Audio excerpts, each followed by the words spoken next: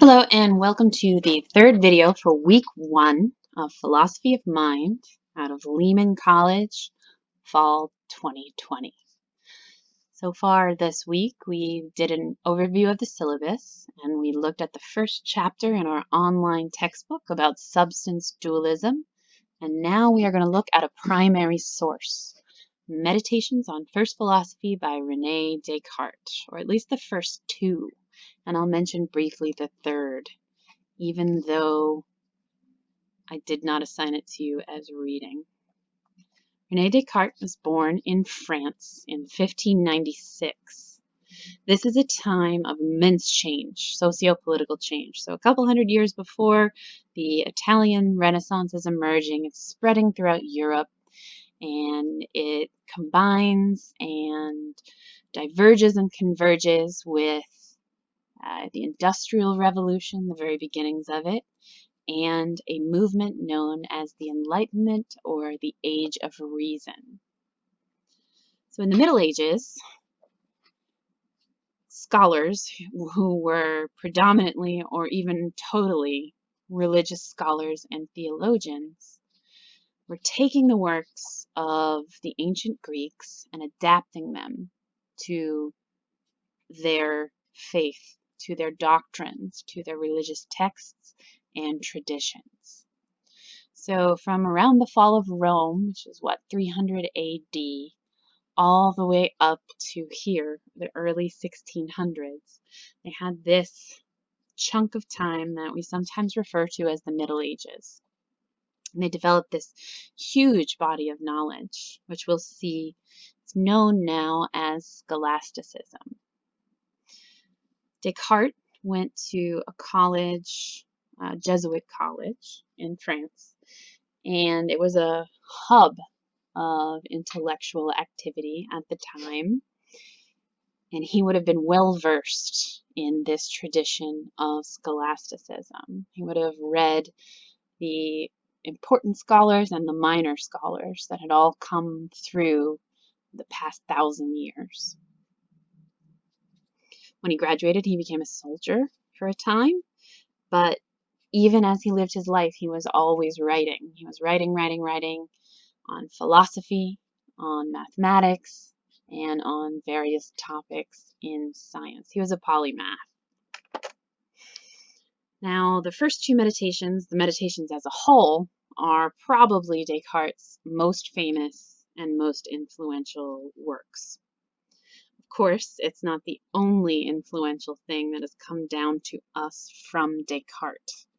If you've taken a class in geometry and plotted a graph on the Cartesian coordinate system, he developed that. He began writing these meditations in his 40s, so it was a product of his more mature philosophical thought, ideas that he'd been playing around with for decades. So remember, he's getting this received body of wisdom known as scholasticism. I have that Platonism is a part of it, and it is, but it is to a more minor extent than Aristotle's views. Aristotle and Plato were writing in the 4th or 5th century BC or BCE, and Aristotle was known as the philosopher for 1,500 years because his writings on biology, on religion, on philosophy, on science, on government and politics were taken as the authority to study from for all that time. And as it became this hybrid between Aristotle, to a lesser extent Plato, and religious scholarship, it built this body of truth that students were taught as truth.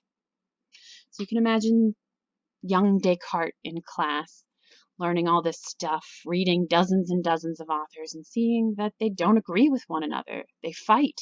The history of scholasticism is minute arguments about incredibly technical points. So that led Descartes to begin to reject a lot about scholasticism.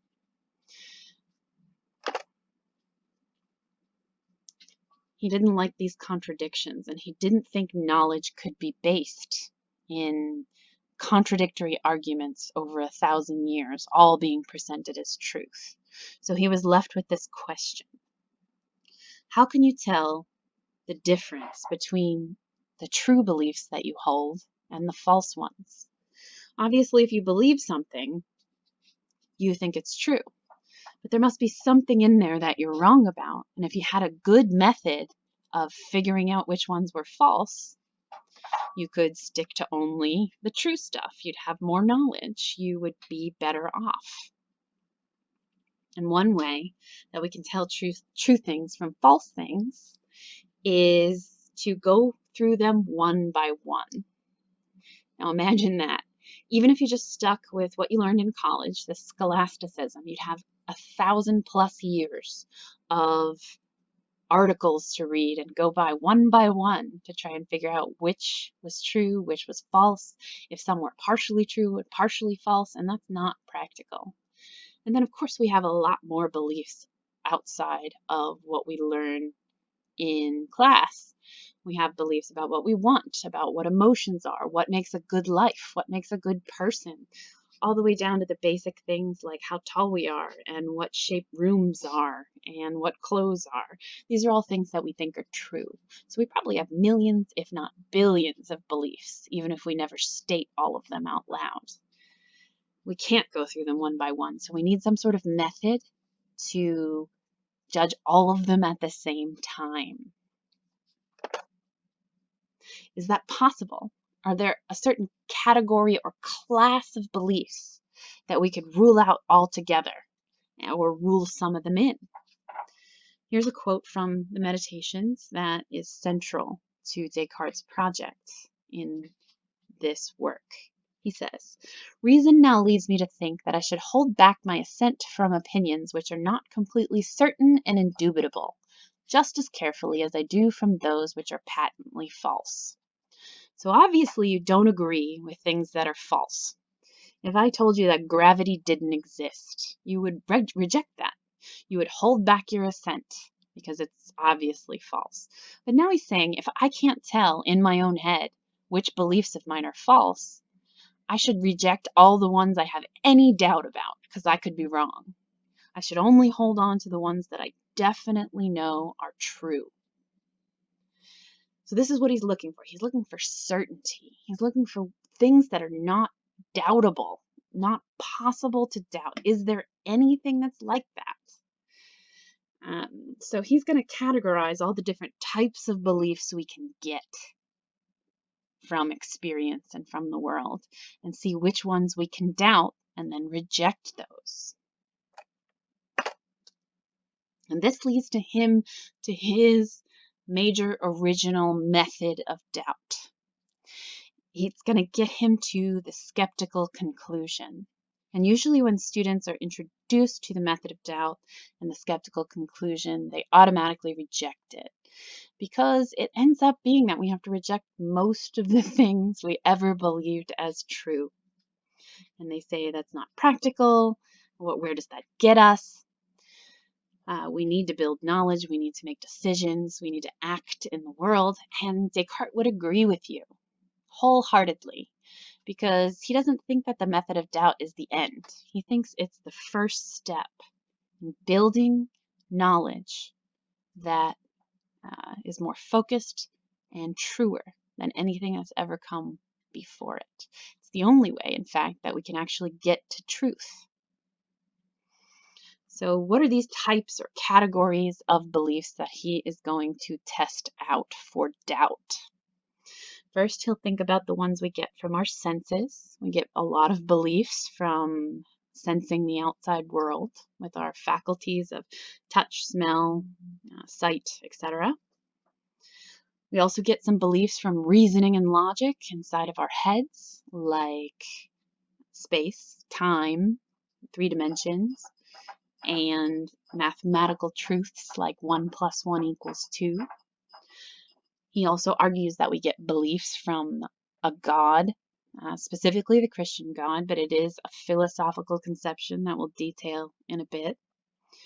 And then he posits that there could be a hypothetical being that we get beliefs from, one that's so powerful, not as powerful as God, but powerful enough to mess with our senses or mess with the way we think, and we might get beliefs from this hypothetical entity.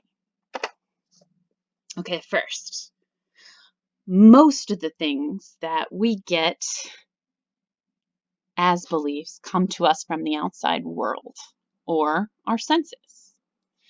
You're immediately aware that you have a body. The second you're awake or you're conscious, you know the sensations inside your body. You're hungry, you're thirsty, you're in pain, etc. So how could you possibly doubt something that you are immediately aware of? First, Descartes wants you to think of quote-unquote madmen, right? People who think they're the Queen of England or have delusions. They think those things are real, and that those beliefs are coming from their senses. And they're wrong. So if they're wrong, how do I know that I'm not mad? But even if I'm not, even if I'm perfectly normal, we are susceptible to all sorts of illusions, even when we know they're there. Like optical illusions I have there on the right. Those lines are straight. But even if we know that, our eyes see it incorrectly. Our senses have limits. We can doubt them. We might hallucinate because we're incredibly tired. We're sick. We're on a drug. You have the oasis there in the desert. Sometimes even when we're really tired, we might see things out of the corner of our eyes. We can also think of dreaming.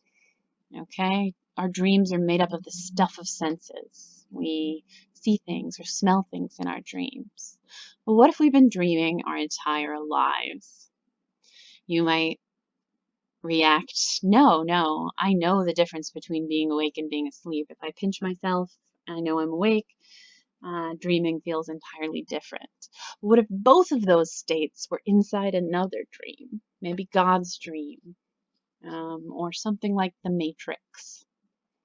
How could we ever know if it's been our entire existence?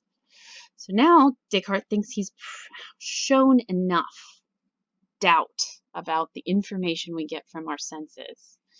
It's often doubtful, so we need to reject it all.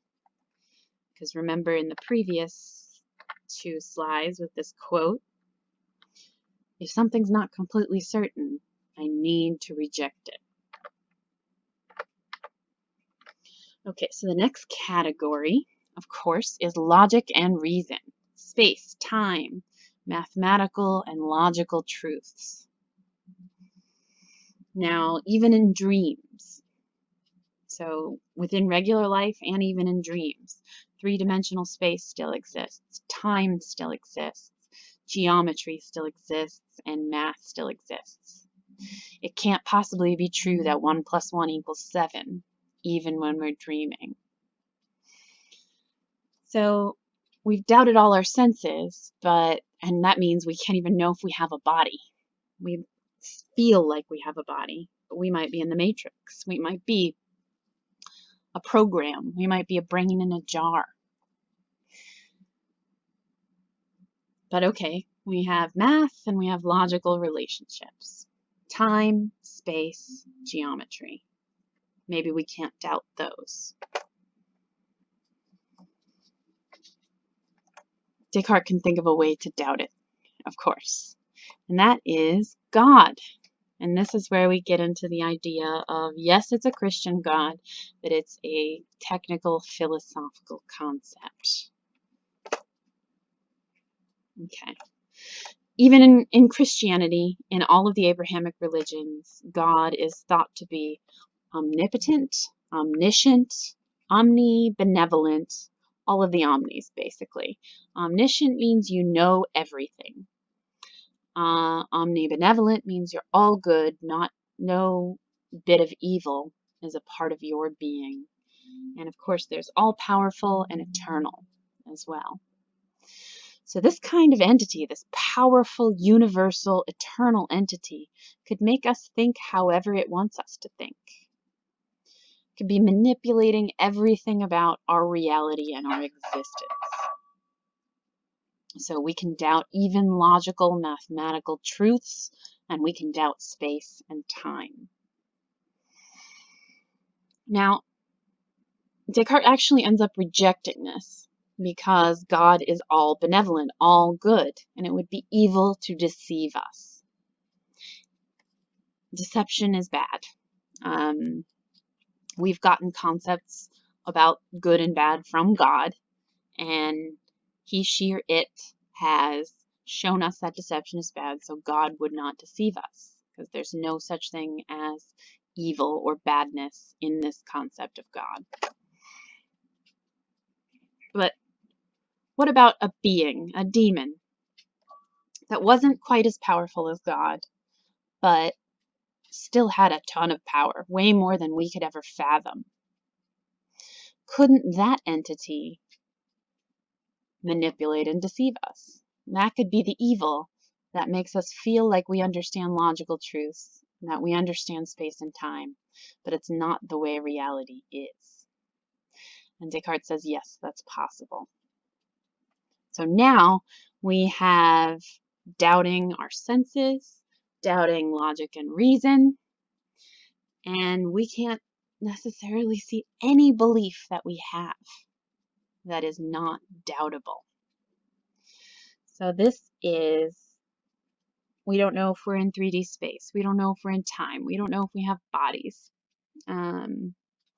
We don't know if math holds true, if logic holds true, if reason holds true. And it seems like we despair. We can be skeptics about everything.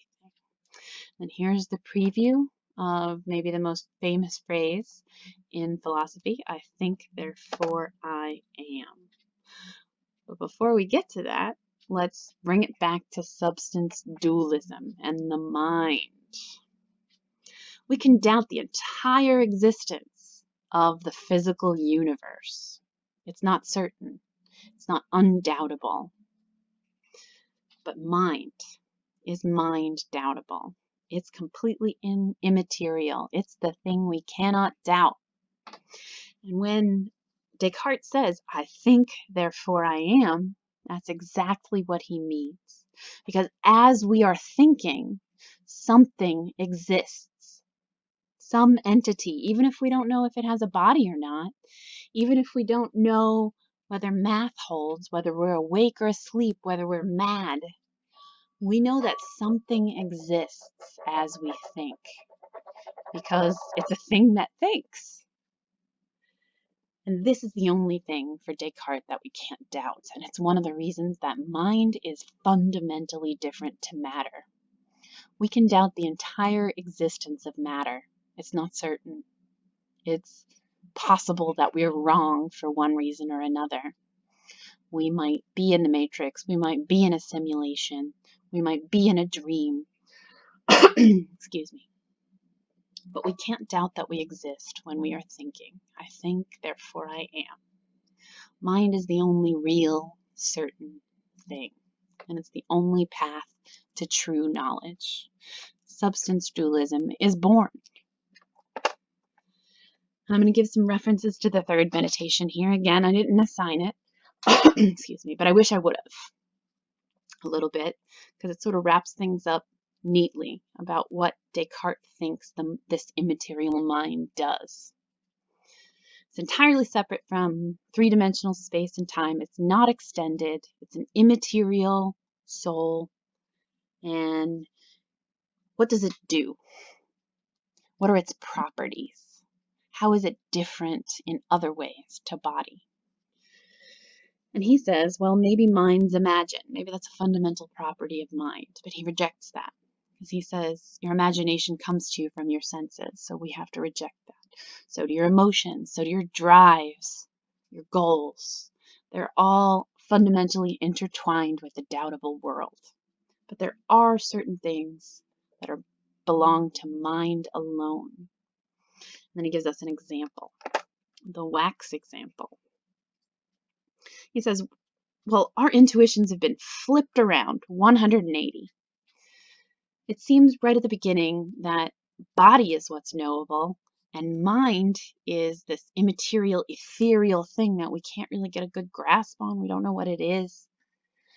But if you followed his chain of skeptical reasoning, now it seems like mind is the only real thing when we think we exist, and it's the outside world that is slippery and hard to know is true or certain. So he has us imagine a block of beeswax, and this beeswax is fresh from the hive. The beekeeper just collected it, just put a stamp on it as part of his apiary, and you're holding it, and it's a honeycomb, and it's a dark, rich, golden brown color, and it smells like flowers and pollen, and it's solid, and it's extended in space and time. It has a certain width, height, etc. Then he says, imagine putting this to a flame, right? The shape changes. That's the physical property. It loses its scent after a while. It changes color from this rich golden brown to a clear white. It changes from cold to hot. Every physical property has shifted, yet we still know in our minds that it is wax. How can we possibly know that if all the sensory properties have changed? And Descartes says it's because of the logical and abstract properties of what wax is, of what bodies are, and that belongs to mind alone. Logical and abstract properties and their relations. We can only know something, truly know it, in a clear and distinct way if we know its logical properties through the mind alone, purely mental concepts, and the way we categorize things into hierarchies. That's real knowledge because that comes from the mind. I thought I had one more slide, but I guess that it did not save.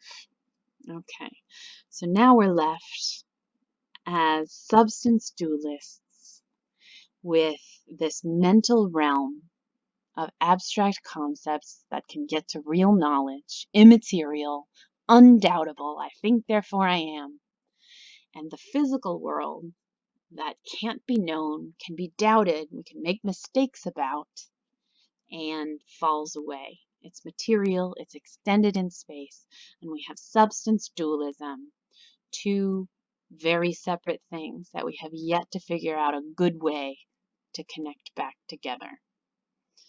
Next week, we will look at the view that arose as an argument against this, materialism or physicalism. If you have any questions or comments, please email me, set up an appointment with Zoom, come to my office hours, or comment below. Have a great day.